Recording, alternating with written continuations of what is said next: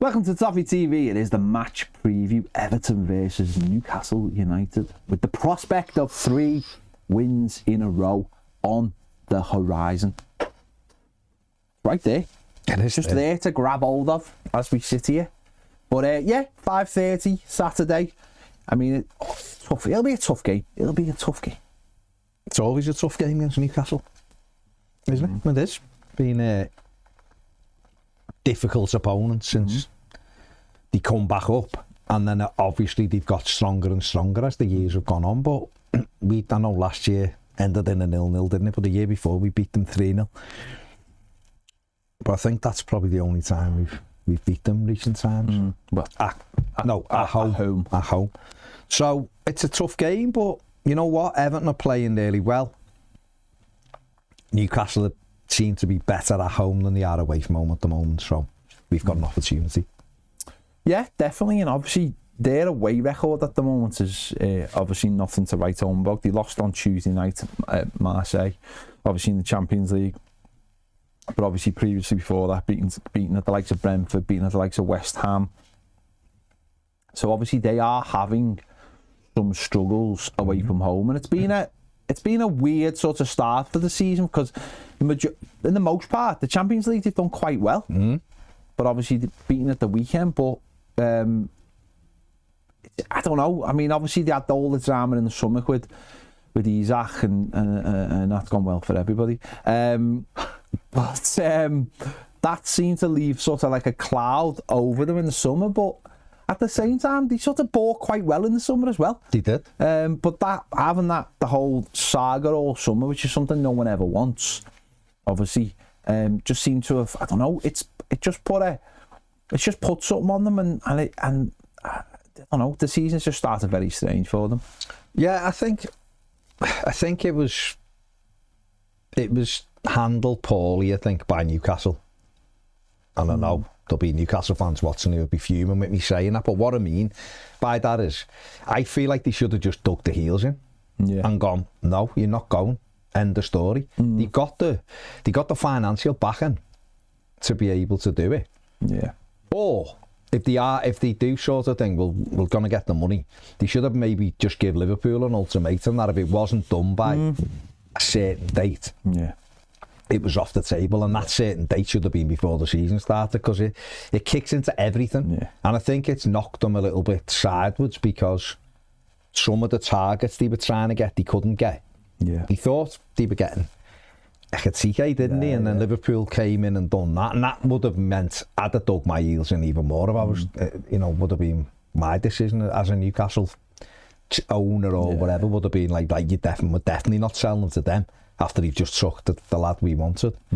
But like you say, they did buy well from it. They bought Walter Maid, they bought Wisser, but he'd been injured, he's only just coming back.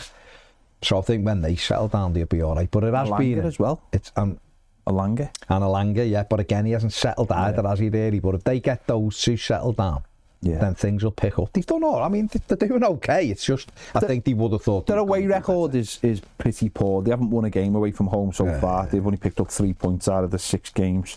So it is definitely the away record that's obviously keeping them down.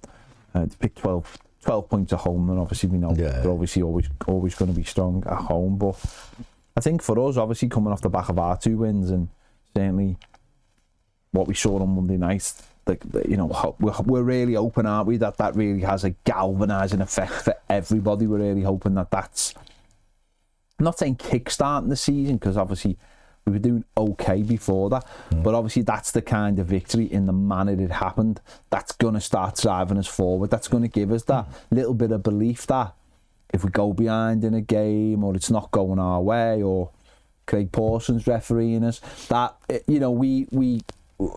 we just keep going and stick to what we've been doing and trust the players and they trust themselves, then we've got a good chance of getting results in games. Definitely, it's a belief thing, isn't it? And this is what we saw with Newcastle, didn't we?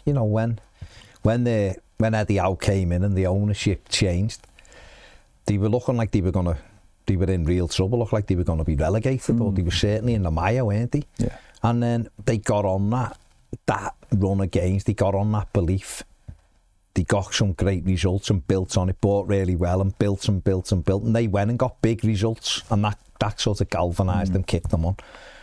And that's what, you know, you're hoping for us, that we can build on some of these. You know, I still maintain beating them at St James's Park in May was a great result. They needed to win to get in the Champions League.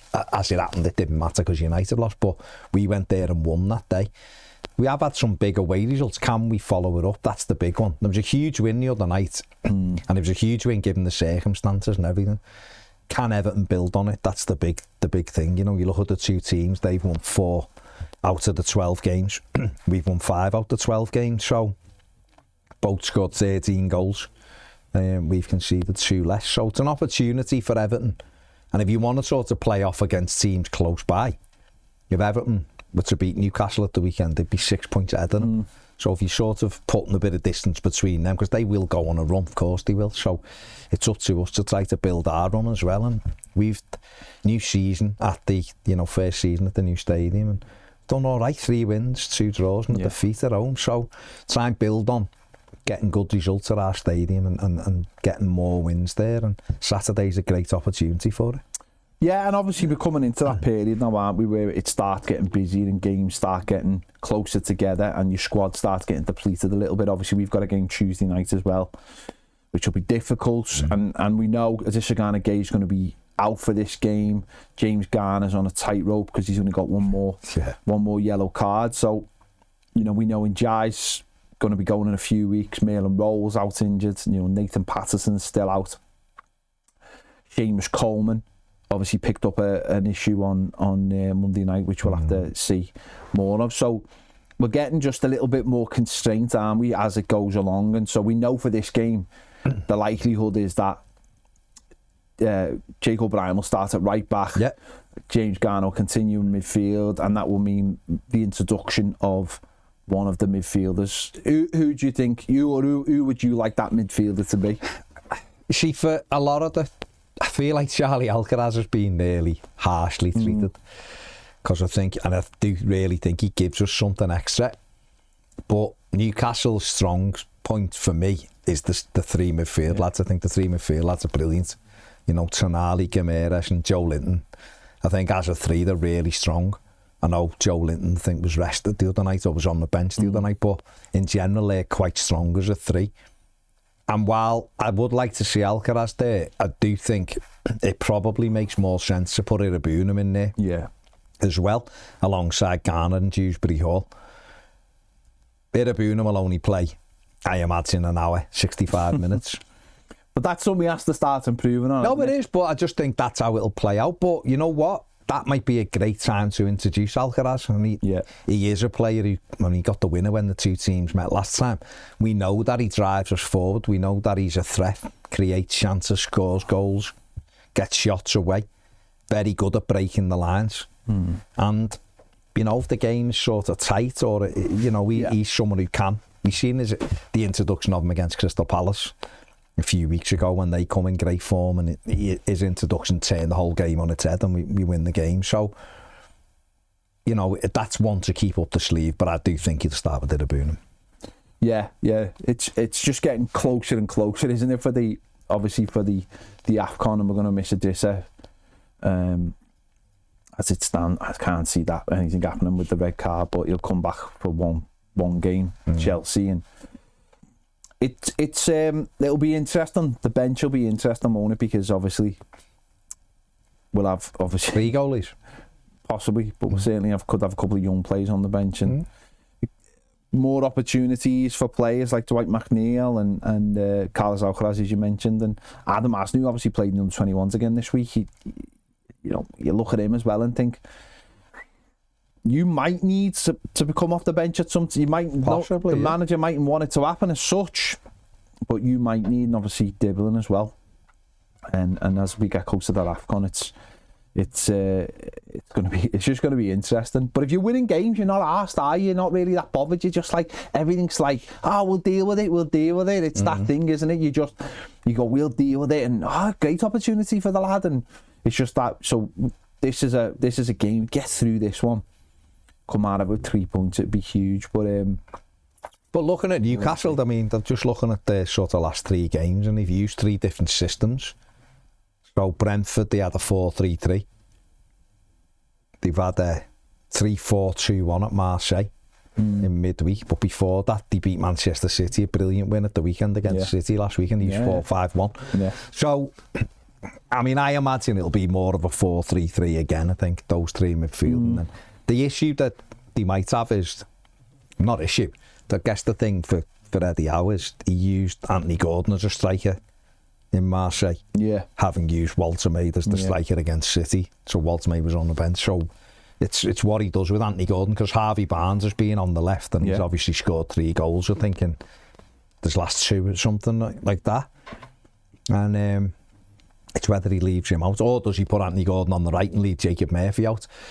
So that's the threat that we'll have to, be wary of, is if it's Walter Maid starting, then Gordon will be either on the bench or... And I think most Evertonians want him in the team, don't they? They want Gordon starting, they don't want him on the bench. No, but they do, don't they? Because it's, again, I've seen it and it is now. The way he's talked about Everton and things like that and what's gone on. It's created that thing when Rooney first went to United, where it does the atmosphere, he sets the atmosphere. Yeah.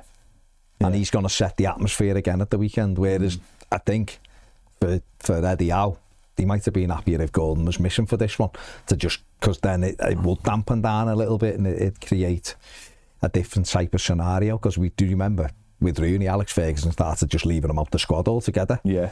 And it seemed to work then for United. That's up to him. He can still do that if he wants. I just mean for that, it's great for us, because it's almost like fireworks. They've got big games coming up. They might just think, this might be a game we leave Anthony Gordon out for. I'm not saying he will, but can't see it. You got to you got to support the lad and back him in. But we want him to start as Evertonians. That'll give us. When Hill Dickinson kicks off, when it gets going, it's intimidating, as we've heard from other teams. So I hope he starts, because it'll give us an extra boost, won't it? Let's have a look at the Newcastle side. Obviously, that is played. That's what they played against City. Yeah. So you can see there, Murphy, he's been excellent for them. Jacob Murphy really has. And then Harvey Barnes, I've always liked Harvey Barnes. And then, like I said, the strength really for me is those 3 in midfield are excellent. And then, Sven Botman, Alanga, Joe Willock on the bench, and obviously Anthony Gordon will either be in that or on the bench for them. So, and they had a good win against City, despite City dominating the possession and having double the chances and stuff like that. Newcastle worked really hard and got the results. So, it was a brilliant win for them. Yeah. They're good at home now, aren't they? Very strong at St James's. They're the games they can knuckle down in, obviously. We've got Nick Walter-Maid, who obviously we put him down as the main threat. Games played, 9 goals, 4 obviously in the Premier League, scored Champions League goals as well. Yeah. Scored them for Germany as well. XG of 3.65. So he's just overperforming it. And the average is 2.14 shots per game. With the passing accuracy is 79%. And a player who Everton had a little look at early on, hadn't he? But obviously, the money he went for, we wouldn't have been able to afford that really for what we had to do this summer. So. What's interesting about him is, and I think we sort of knew this, is obviously he scored goals. But I have heard people saying he's not a number 9. He doesn't play like a number 9, and he doesn't give you a focal point. Now, we've obviously seen him score number 9 kind of goals. A couple of good headers. Good headers and stuff.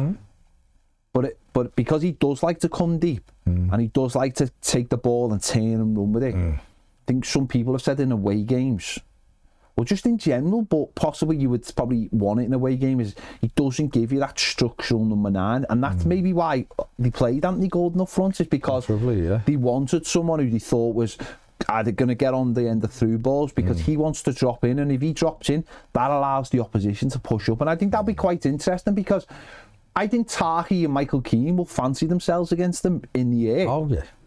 So if that's the case, and you're putting crosses in, you're always going to give our centre backs an opportunity if you're putting the ball in. Now, if he comes short, that might be a problem, because we have seen that when players come short and our centre-backs follow them and leave that gap behind. Sure. And obviously with Noah Gay to pick the pockets of players. They might look at that as well, but it will be interesting whether he whether he starts or whether he with that former Barnes. And maybe he's thinking, well, Anthony Gordon, he might, he's ready to play in that position. It will be interesting to see what they do. But I thought Walton done really well in some in the 21s, but obviously, nice play. They played a lot more than we played for Barry because he's just a little bit more ready, I think, and obviously his physicality as well suits itself to the Premier League, and he scored goals. He's jumped in straight away, scored goals. But yeah, it's gonna be a very interesting game, I think. Good to watch him, see what he's like up close, won't it? I do think him and Dewsbury Hall though. Facial hair issue. Yeah, he's got a clean shave. Got a clean shave. I mean, this is the Everton side that started at United on Monday. Obviously, Seamus Coleman won't be there. Hamstring injury. So it's him done. Like you said before, Jake O'Brien will go in at right back. And it's midfield, obviously. Idrissa Gana Gueye now serving a 3-match ban, unless that gets reduced. So Tim Rabuna will probably come in. Everywhere else, you just expect it to remain the same. Tieno, another good performance from him the other night, so I think he'll stay up. Toff and the two wide men who've been excellent will continue. So that's sort of how I think we'll line up. And we'll see where we go from there. But we're looking at, I'm just looking through the stuff, Bruno Guimaraes created, he's Newcastle's chief chance creator. Yeah, he's created 16 chances. Jack Grealish has created 24. So they're the two the two clubs will be looking at identifying how to do that. Jack Grealish is the most fouled player in the Premier League.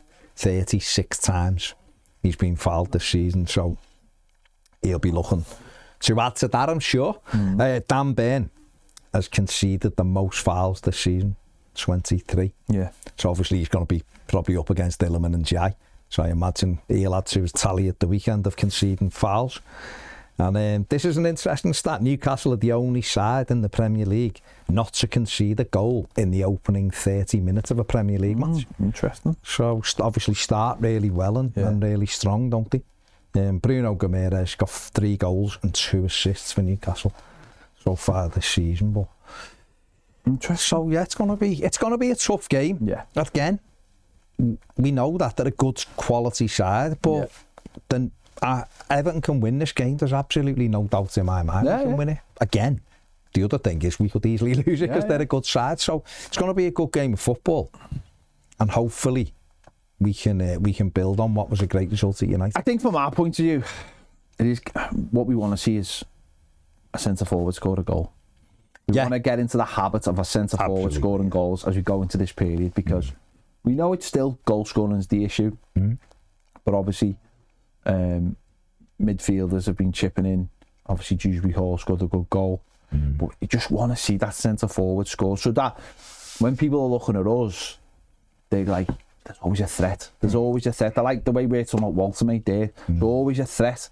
You put a ball in, it is, I don't know whether you call it a 50-50, but if you do put a decent ball in, you've got someone like that. Don't you, just briefly on that, Tieno Barry broke the record the other night for the most aerial duels won in a Premier League game. So, you think might be an idea to start throwing some decent crosses in for him to attack the ball. Sadly, none of those aerial balls were at the goal. Because he scored quite a few for Villarreal. It's something we have to... And that's a responsibility, I think, that is on Jack Grealish and is on Jai to start putting the ball in. But I also think that's responsibilities on the likes of James Garner as well. I think that's when he played right back against Fulham, you've seen him creeping up the pitch and starting to put those balls into the box. But I think if he gets those, certainly those secondary balls we've seen him get, or Michalenko, if he drops in, either goes ahead of Grealish or tucks in behind Grealish, just swing your leg at it and start seeing what they've got, not in ones and twos, like all the time. And see how they defend, because they're letting go. I mean, just look there, we're bemoaning the striker not scoring a goal yet, that main one. But Newcastle only scored as many goals as us, and their striker's got 4.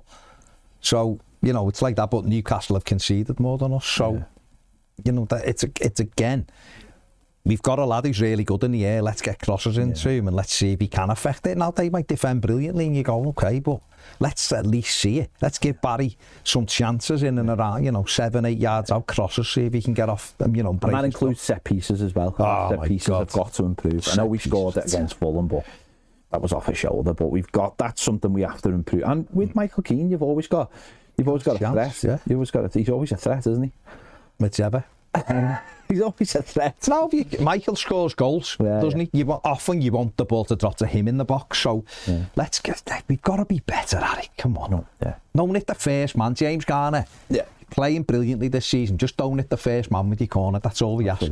That's all we ask. And Jack Grealish, start shooting as well. Yeah, defo. Jack, lots of shots. Just start shooting. Start testing this goalie. I mean, Nick Pope is, if you look at like SofaScore, Mob and things like that, he's Newcastle's highest rate to play this season.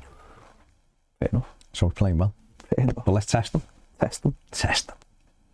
Absolutely. There you go. Should be Craig Pawson, anything on him?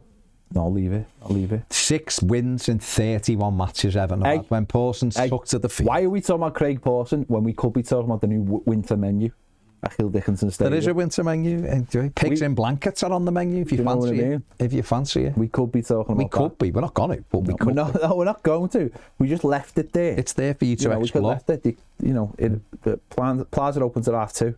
Pigs in Why not enjoy it? The Christmas tree is going to be up. Yes. The fan zone's not there anymore. But it doesn't matter. Yeah, but we've got a big plaza. Get there. Mix. Get your food, get your drink, then get inside. Watch Christmas songs on.